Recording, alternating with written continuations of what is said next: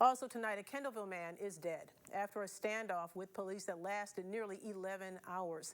The overnight incident rattled people from their homes, and tonight they are still trying to calm their nerves and make sense of what happened. Fox 55's Brianna Baez spoke to several people. She is live at the scene with their stories. Bree.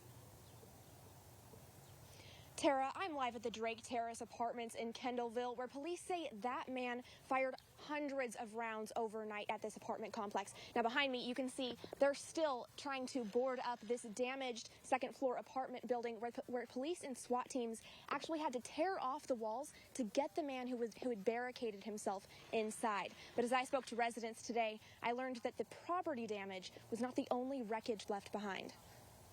13-year-old Jaidin knew his neighbor Michael was not a safe person. He rides around town on a little pocket bike. I only saw him once. We just, everybody called him Crazy Mike, so I was just like, oh, there goes Crazy Mike again. But he never thought he'd have to go into protective big brother mode until yesterday on the playground. He started hearing, like, just pop, pop, pop.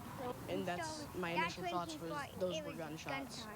Indiana State Police say the shooter started open firing on the complex from inside his second-floor apartment at around 7:30 p.m. So I picked up his skateboard and I was about to pick him up, but the cops said, run, just run. They weren't the only ones at the park.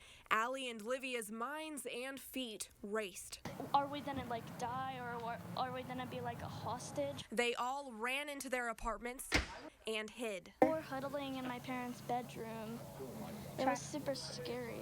Trying to stay as quiet as we can so he didn't hear us. The shooter fired hundreds of rounds, according to police. My house is like all torn up. SWAT teams finally took him into custody just after 6 a.m. He died from his injuries while inside the ambulance. Police say they don't yet know what those injuries were, though. But the hours of gunshots left material and emotional wreckage behind. It scared me.